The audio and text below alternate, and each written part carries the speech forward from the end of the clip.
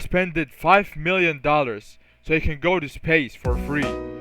How is it for free when you paid $5 million? We got time with the CEO. What? It's in 40 minutes at the office. Co-pilot, based on this rollout plan, Come what on, questions... nigga. Come on.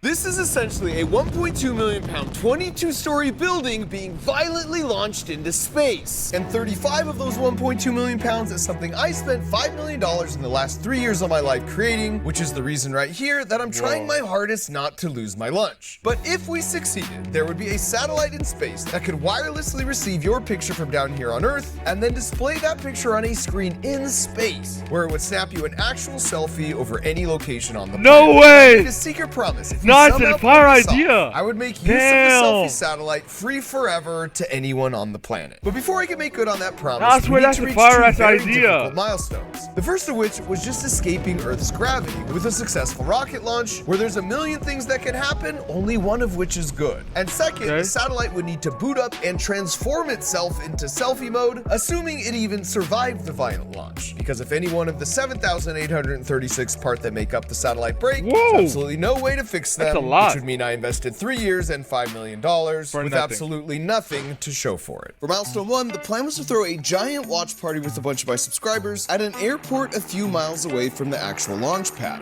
My God! All right, right at the literally ready for liftoff. What if that happens tomorrow as like launches happen? Wait, are they gonna be launching the day after? This, by the way, is Tim Dodd, aka Everyday Astronaut, the rocket whisperer I was gonna- of the I was internet. gonna And I'd say- like to once and for all point out that in this clip, where he's talking to Elon about the Starship hot gas thrusters, You don't even need a cold gas thruster system. You already have hot gas. But this is only for the booster, right? Yes. where Elon considers his suggestion on the spot, Although arguably, now you mention it, might be wise to do this for the ship too. We're gonna fix that. and then 7 months later says this. I'd say that's like one of the biggest improvements that we've made. That is Oh. Tim behind the camera, not me. Because it feels like stolen valor every couple months when the internet mistakenly credits this exchange to me. How many of these have you seen here? At Vandenberg, I've never seen one with my own eyes because it's always foggy. Dang it! That's why they call it fog and burn. And it turns out for the US government, all that fog is not a bug, it's a feature. Because one of the reasons they placed the base here in the height of the Cold War was because the persistent cloud cover would better hide the nuclear missile silos that were once placed here from all the Russian spy satellites. Which is great that's for why. hiding stuff from the Soviets, bad for a live stream rocket launch. So there's a good chance tomorrow it's foggy and we see nothing. Like it would just be all clouds. I mean, I'm talking where you can't even see like 100 feet in front of you, that foggy. Wow. Oh my god, that's a lot actually. So after a That bit of actually a party lot. prep, we headed over to the launch site. This is a Damn. heck of a place to launch a rocket. That's So a Tim good could ass set up a view. bunch of remote trigger cameras to capture some beautiful slow-mo launch footage. And once the sun went down, the rocket came up. Whoa! Long day. We're all set down. The rocket came up. Whoa! Okay, we're all set up here. We just went through the run of show. Is that a real rocket chat? I think we're in good shape. It all just comes down to tomorrow. I don't know if and it's a getting real good one. night's Bro, rest is it tonight. real? And we have a big, massive rocket bounce house. No one's guarding the entrance. I feel like Neil Armstrong. To infinity and beyond. That was actually pretty fun. Uh-oh. Max height 76. How much is 76 inches in feet? 76 inches is equivalent to 6 feet 4 inches. I'm good. Gotta go before we get in trouble.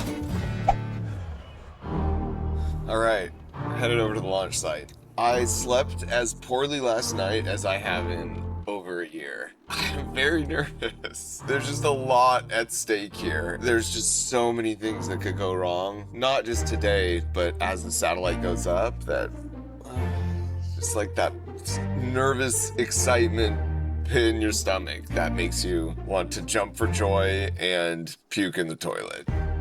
This is the clearest morning you'll ever see here at Vandenberg Space Force Base, so it's a very good omen. And after meeting some of our first robotics volunteers, what up guys, thanks for coming out. Let's do this, let's do this. And photobombing some selfies. Tim and I did a final practice run through. In 5 minutes, we're going out to start hyping the crowd up. Welcome everyone to the live stream, to this launch. And switched on the live stream. We're live. We're live, that's a big moment, we're live. Woo,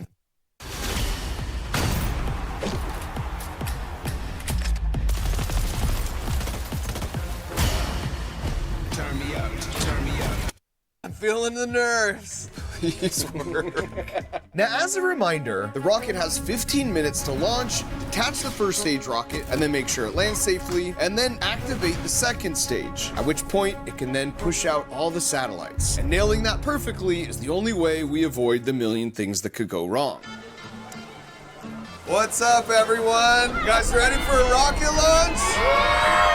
We kick things off with a little bit of science, making some clouds, a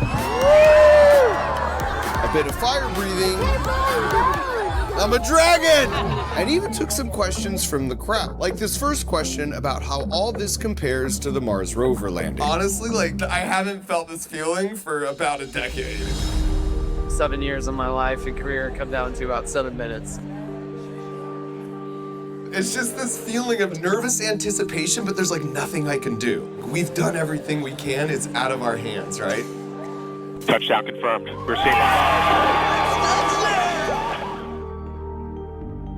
Everything in life is a dice roll, but you just have to stack the dice in your favor. I think we're live.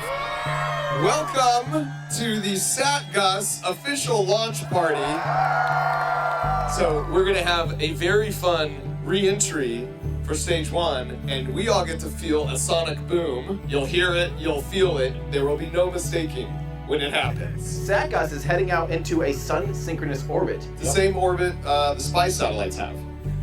Doesn't like when I say that. Oh, there she is. So this is a live shot of the actual Falcon 9 rocket with SatGus on top. SatGus is in there, you guys. But this thing's actually huge. It's about 22 stories tall. We're sending a building to space today. Yeah. We are less than a minute out. This is like 3 years of blood, sweat, tears, hard work from me and my team. There is a lot on the line here. Okay, here we go. 10, 9, 8, 7, 6, 5, 4, 3, 2, 1. Let her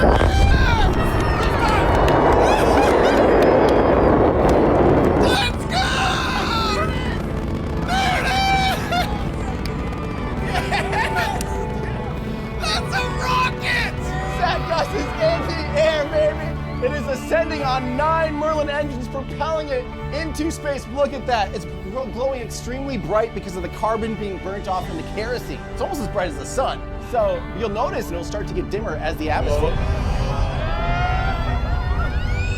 That's the rumble I'm talking about. That's the rumble! That's what I live for, Mark. Wow! That's incredible. That's a 22-story tall building flying into space. Just fighting gravity. Oh, feel that rumble! The 9 engines will cut off here in a second. Right there, that was main engine cut off. Now we're gonna see the second stage eject, and we're gonna start seeing my favorite thing in the world. It's the boost backburn. So there's second stage ignition. Now we're running on the single Merlin 1D vacuum engine, and the booster is turning around right now, and it's going to light its engines again for the boost back burn. There it is. You can start to see that extra exhaust going almost the wrong way. That's the booster coming home, guys. It's probably gonna be somewhere around those clouds, maybe higher. Oh, right up there. Oh, wow! Once entry burn ends, you'll be shocked at how fast it's coming down. So you can still see it smoke. Wow! There we go. Look at how fast it's coming down. Wow! The clouds, That and through is the clouds. cruising! Wow! It's huge. Falling back right to the landing site. You can see a good smoke trail. This is easy to track now. You're gonna think like, okay, when's it lighting? When's it lighting? Come on, baby. Turn on those engines. Wow! But it waits until the last second. There it is! Landing burn, baby! Now we're not gonna hear the sonic boom in the engine for almost another minute again. So it is about to land. You'll see on the screens, it's about to touch down. It's deploying its landing legs. Right there, landing legs deployed. And right about when it touches down is probably when we'll hear the sonic boom. So get ready. Here it comes. Touchdown! Yeah, baby, here comes the sonic booms. Wait for it. Maybe science doesn't work. The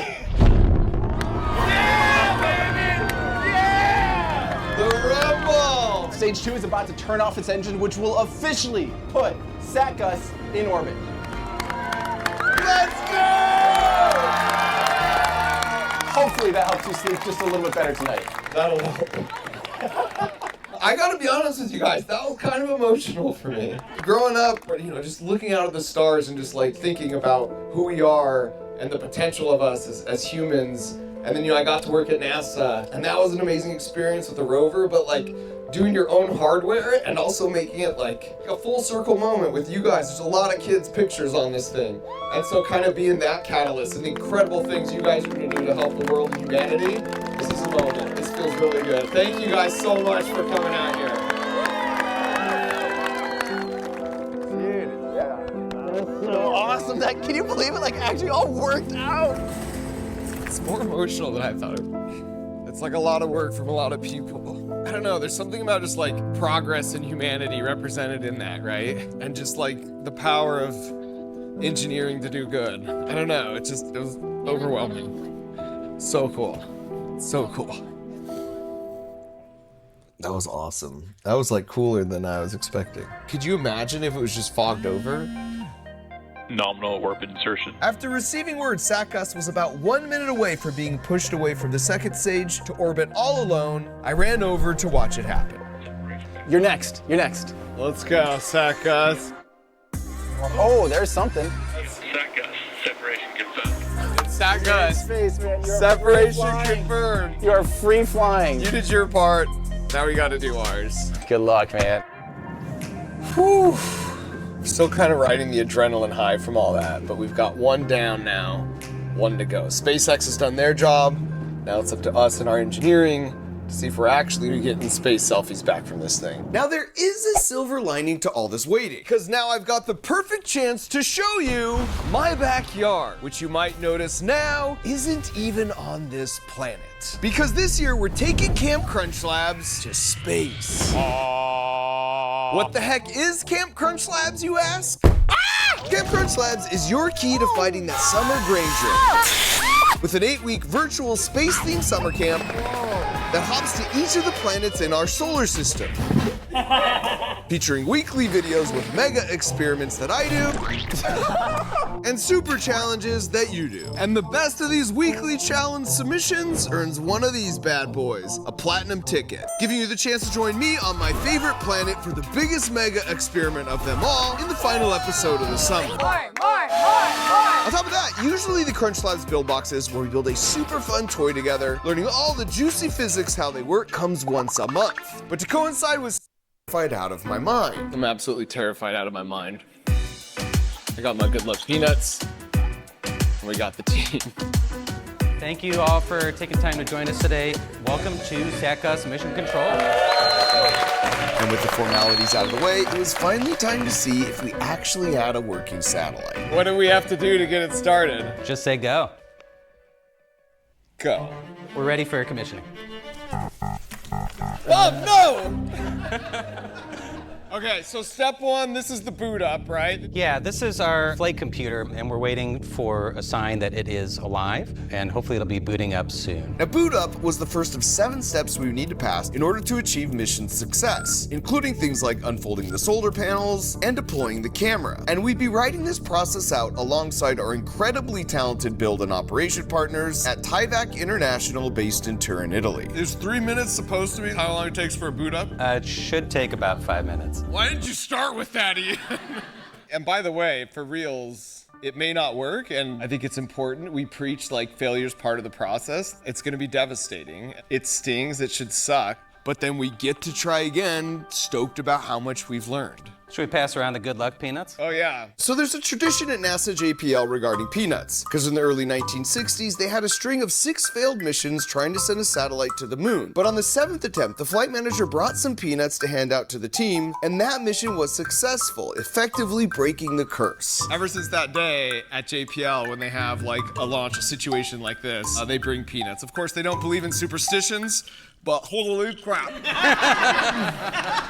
We're covered.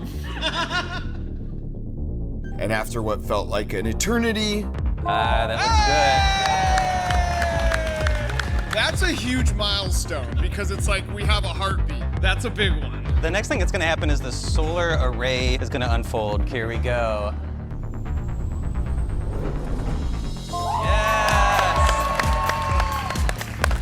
2 for 7. Step 3 was to deploy the high power antennas. Without these guys, there'd be no way to upload or download any pictures, and it would be a mission failure. Right now it's deploying the antennas. If it jams, there's no hope of fixing it.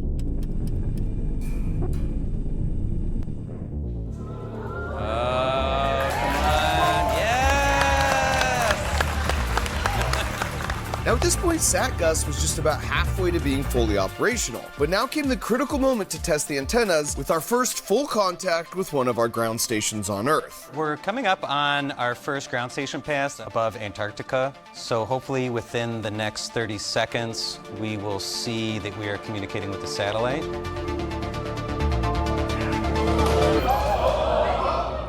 Something's not right. Oh no! Stand by. This was not good. The satellite has passed by McMurdo ground station and we did not hear from it. Now, one of the challenging things about talking with a satellite that's moving 5 miles per second is that as fast as it enters communication range, then leaves it. So we only have a few minutes to make contact until it's once again out of sight, and we have to wait to try again from an entirely different ground station somewhere else on Earth. In our case, the next ground station is Svalbard, and that will occur hopefully in the next 5 to 10 minutes. We really got sucked out of this room. Where are the peanuts? Where are the peanuts?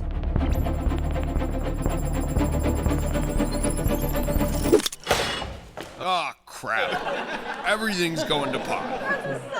That's true, Bam. That is a sign. We did a whole campaign of $30 million to, like, not litter with, like, Team C's. And this would just be, like, a big hunk of space litter. So while we wait, this is a great time to shout out T-Mobile and Google Pixel for being bold enough to partner with me on what could potentially be the most expensive failure of my life. T-Mobile was the perfect choice. Pixel was perfect. So this minute, we should have another shot at this. Come on, SatGus. SatGus was hopefully about to come into range of the next ground station. Oh, there it is. Now that we had some kind of communication established, Oh, there we go. We're on the board. we looked at the telemetry data and realized what had happened. Instead of the satellite looking nice and relatively stable like this, it was actually tumbling much more than expected, which meant the antennas weren't getting a clear line of sight to Earth. Luckily, our partners at Tyvek had thought of this possibility, and the satellite autonomously began using its torque rods to despin SatGus to the point that they were able to get a more solid connection with the ground stations on Earth. However, for step 5, we needed to be totally stable to start taking pictures. Oh no. Yeah. The torque rods weren't enough so far to despin the satellite. It was not supposed to be rotating this fast. The satellite is still spinning too fast for the reaction. What is it? What is the speed now? Around 3 to 4 degrees Well, that's per good. second. We're a little bit slower, especially because I'm almost all out of peanuts. I don't even like peanuts. It's gonna be a while longer. Still tumbling too fast. We're at just shy of 2 degrees per second. The torque rods did their job and slowed the satellite down enough so that we could activate the reaction wheels and get it to a perfect stop. Yes! Let's go! We had made it this far, and now it was time for the final 2 steps. Could we deploy a hopefully fully functioning camera and screen to start taking pictures? Oh, yes! Yes! We have confirmation of camera deployment. That's a picture from space! And now that the camera deployed, this means we had an actual live video feed in space for what would hopefully be a successful final step with the deployment of the screen. We're looking at a video feed right now from the camera on SatGus, and we should see the display deploying. Let's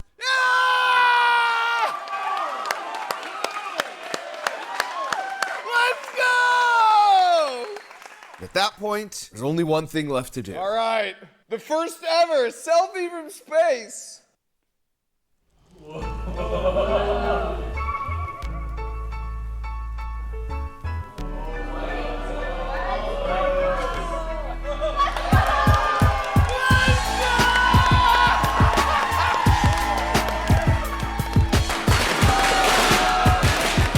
I've been a big dreamer for as long as I can remember. So as a fist bump to all the other big dreamers out there who will one day do way more important things than I've ever done, I'm happy to declare that from today forward, taking a space selfie with Fat Gus is officially free forever to anyone on this incredible planet of ours.